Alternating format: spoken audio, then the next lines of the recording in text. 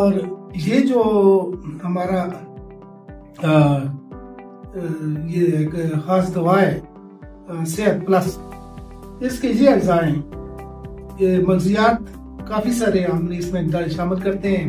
मगज़ अखरोट और मगज़ चलगोज़ा और मगज़ ये पिस्ता और ये बादाम और इसी तरह ये वालनट और ये सालम मिस्री, ज़ाफ़रान, पोलनजान और ये पंबादाना, ये तुख्मे उटंगन और ये करनफल और ये अश्वगंधा और ये सूरजजान शीरीन।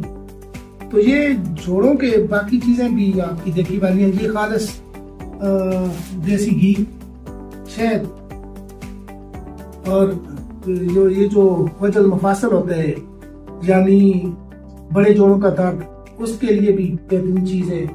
कमर दर्द के लिए भी बेहतरीन चीज़ है और कई किस्म की कमजोरियों को ये अल्लाह ताला के फजल करम से खत्म करता है और एक बेहतरीन मानी हुई ये हमारी दवा है।